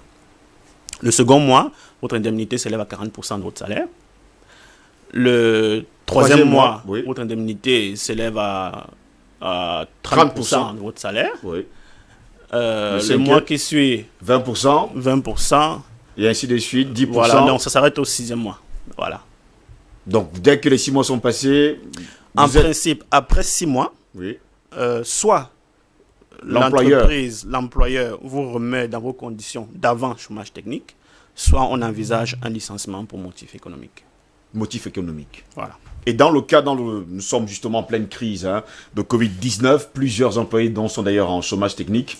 Et si, admettons une admission que la crise ne s'arrête pas d'ici les 6 mois, après les 6 mois, toutes ces personnes sont considérées comme étant des personnes au chômage?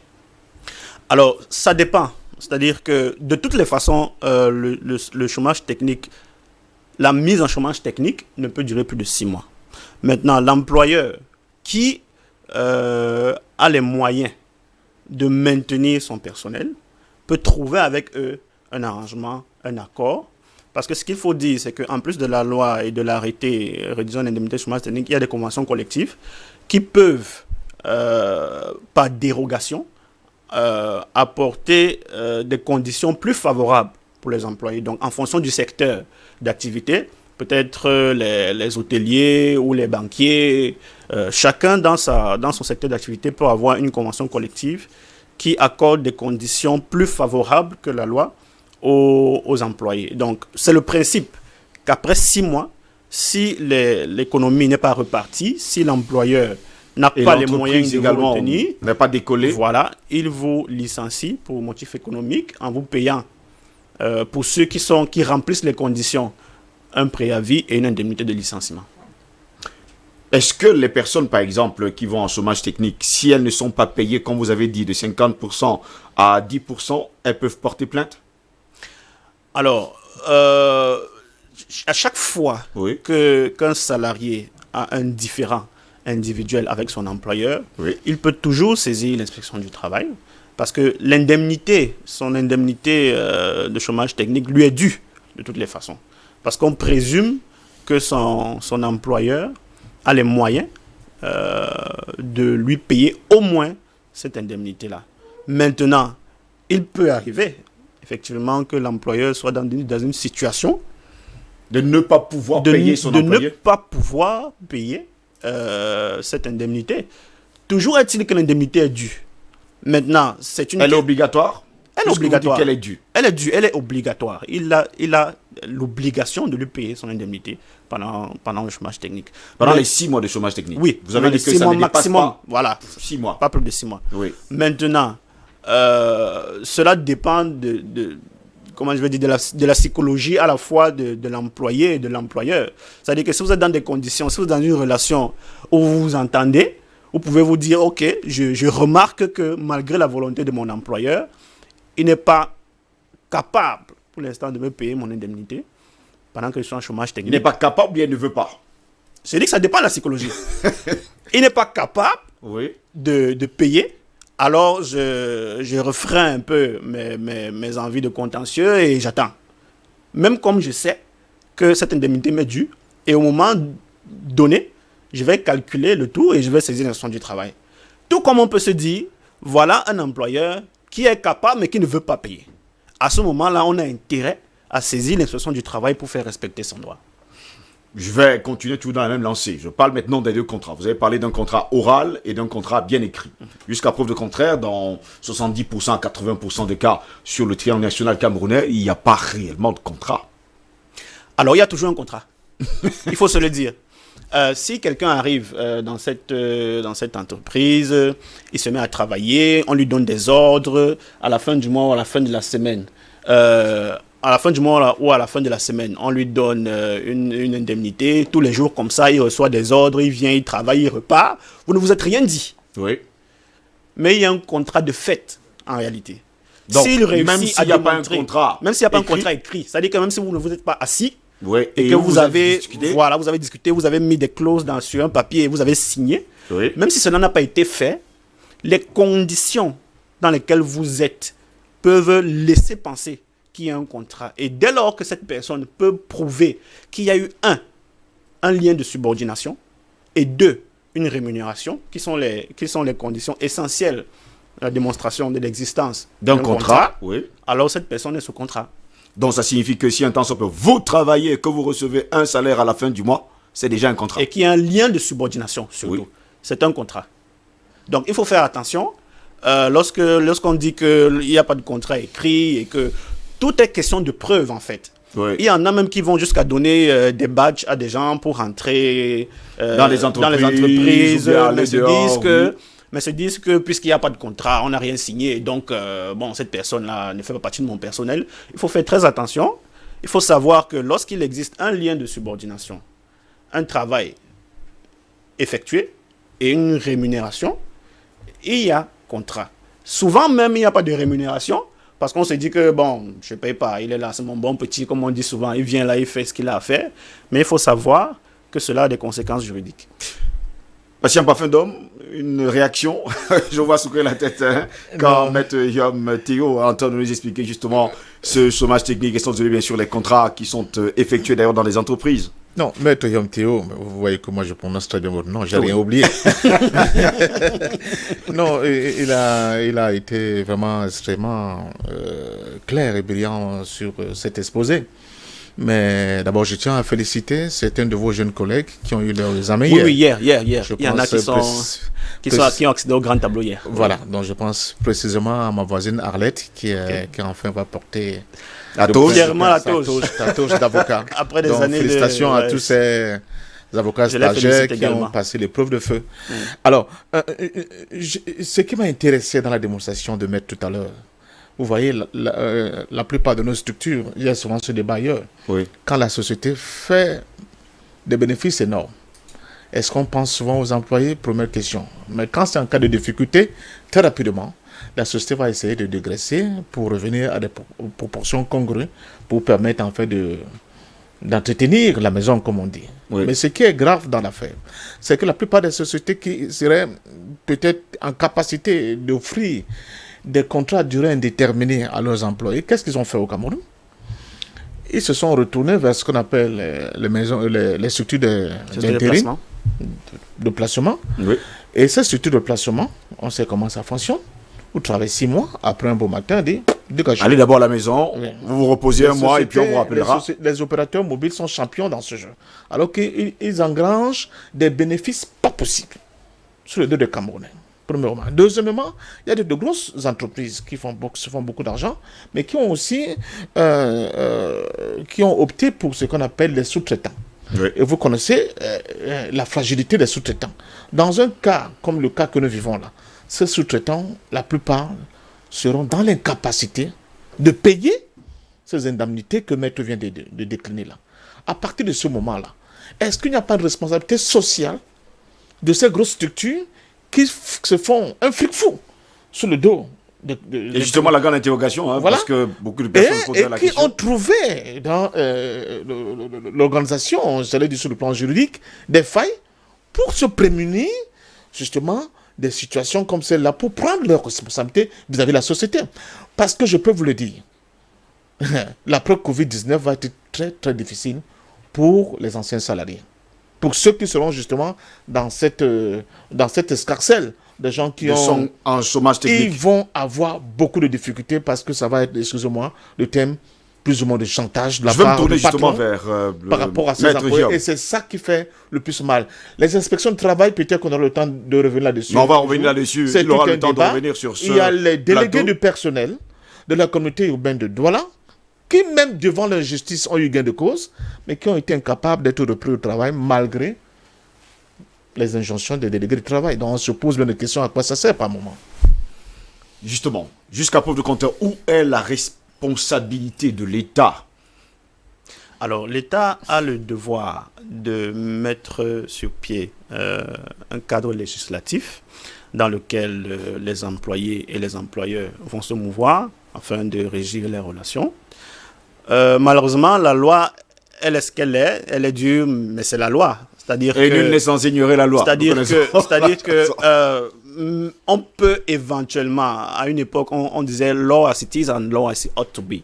C'est-à-dire que peut-être que nous envisageons la loi sous un prisme différent. C'est-à-dire qu'on aimerait que la loi dise ceci ou qu'elle fasse ceci. Mais il y a toujours un jeu d'équilibre. Lorsque le législateur se penche sur une situation, il faut bien protéger les intérêts de tout le monde. C'est-à-dire que si on se dit que la loi, elle est totalement en faveur de l'employé et que pendant une période de crise, on doit le maintenir dans les mêmes conditions que quand il n'y a pas de crise, j'imagine que c'est un peu difficile à concevoir. Dans des conditions comme celle-là, le chômage technique est une mesure de préservation de l'emploi. Il faut le dire. Parce que on peut considérer que cela aide l'employeur, mais on peut considérer aussi que c'est une mesure de préservation de l'emploi. Parce que imaginez-vous une situation, on parlait de l'hôtellerie tout à l'heure. C'est-à-dire que quelqu'un qui compte sur les revenus et les recettes de ce qu'il se fait, de tout ce qui passe dans son hôtel pour payer les salaires, Oui. se retrouve du jour au lendemain sans rien du tout, aucune entrée du tout. Bon, on peut se dire qu'il a peut-être pendant plusieurs mois, pendant plusieurs années engrangé des bénéfices qu'il a gardés quelque part. Disons-nous donc que ce sont ces bénéfices-là qui vont servir à payer les indemnités pendant le chômage technique. Oui. Sinon, où est-ce qu'il prend l'argent pour payer ses employeurs? Dans ses propres poches, peut-être. Et encore que là, ça le mettra lui-même en difficulté. Donc, ce que je veux dire, c'est qu'effectivement, il y a des situations où il y a des abus. Les sociétés de placement qui sont utilisées par des grandes structures pour recruter du personnel alors qu'elles peuvent donner des CDI. Est-ce qu'on peut porter justement plainte à ces structures de placement qui placent justement des employés dans d'autres grandes structures qui, elles, engrangent énormément tant qu'elles agissent, oui. Tant qu'elles agissent, ces sociétés de placement, conformément au texte, vous pouvez toujours, on ne peut pas empêcher quelqu'un de saisir les sections du travail ou les tribunaux, mais tant que ces sociétés-là agissent Oui. dans le cadre prévu par la loi, il n'y a pas de raison de prendre beaucoup de temps et beaucoup d'argent pour aller saisir les sections du travail. Et encore, quand vous dites porter plainte, ça peut prêter à confusion parce que la plainte proprement dite juridiquement parlant renvoie à une action pénale. Oui, oui. Disons saisir l'instruction du travail ou bien se plaindre. Voilà, c'est peut-être mieux comme ça pour que les gens comprennent bien. Donc effectivement, on peut se plaindre du fait qu'on a été recruté par une société de placement alors qu'on aurait pu être recruté directement par un employeur. Mais la loi prévoit que vous pouvez être recruté par une société de placement et être employé par quelqu'un d'autre. Et si vous acceptez ces conditions lorsque l'on vous recrute, sachez que vous acceptez aussi le risque que vous ne soyez pas retenu dans cette société-là et qu'à la fin de votre contrat, que vous soyez parti. Dans ces conditions-là, une petite précision quand même, il y a beaucoup de situations, beaucoup de gens qui sont venus nous voir parce qu'ils ont été utilisés dans des sociétés, dans des structures, plus de temps que prévu. Parce que ce qu'il faut savoir, c'est que le placement n'est pas indéfini. Le placement est limité. À combien de mois? À 1 an maximum pour le même employeur.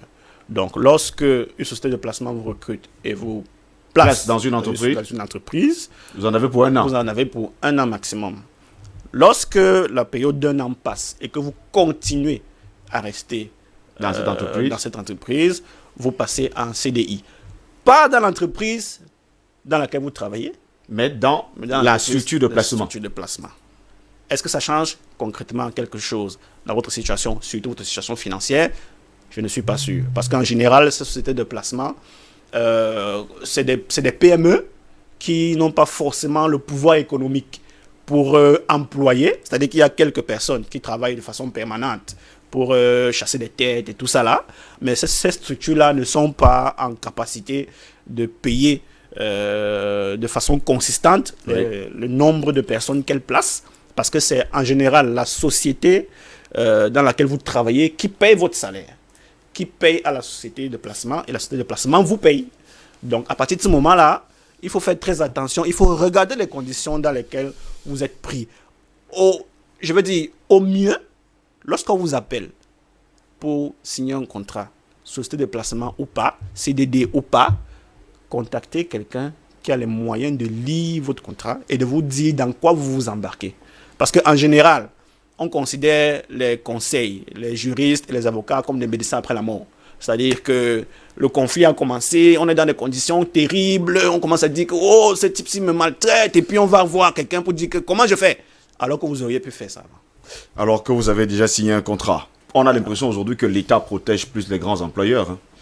Oui, ouais, les grandes entreprises d'ailleurs. Je disais qu'il y aura un avant Covid-19 et un après. Ce sont des axes de travail, de réflexion que nous devons commencer déjà vraiment, pour qu'on essaie de voir. Trouver des solutions. Tout à l'heure, avec Paul-Ken, j'ai l'impression que les gens pensent que le monde appartient aux plus rusés, aux plus rusés, oui, et plus intelligents.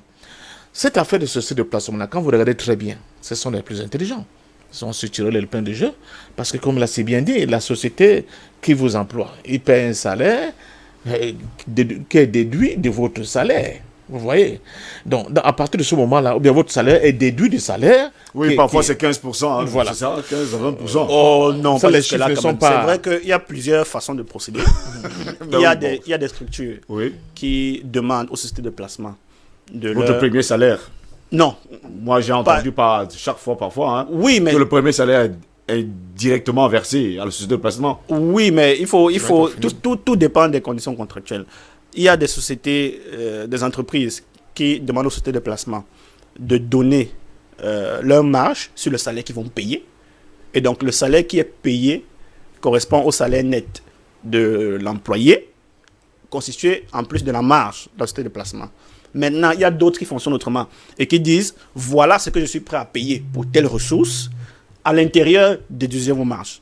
Maintenant, il peut effectivement arriver que si on envoie 100 000 à la société de placement, elle vous paye 50 000 et elle se met dans les poches 50 000. Ou elle vous paye 40 000, elle se met dans les poches 60 000. Donc, voilà. C'est qui est compliqué. En tout cas, merci beaucoup à Maître Théo Guillaume d'avoir été notre ce matin. Espérons vous revoir d'ailleurs dans les prochains jours. Et surtout à DBS matin. Passez un parfait d'homme, je vous dis également merci d'avoir été des nôtres ce matin. C'est souvent bien d'avoir des personnes qui nous disent des choses aussi simplement que possible. Mesdames, messieurs, comme le disait Franklin Delano Roosevelt, il y a quelque chose de pire dans la vie que de n'avoir pas réussi, c'est de n'avoir pas essayé. Essayez toujours, 1 fois, 2 fois, 10 fois, 100 fois. L'essentiel, c'est d'arriver au succès, c'est de réussir. Plaisir de vous retrouver demain pour une nouvelle édition. Restez sur DBS, l'information est en continu sur notre chaîne. Au revoir.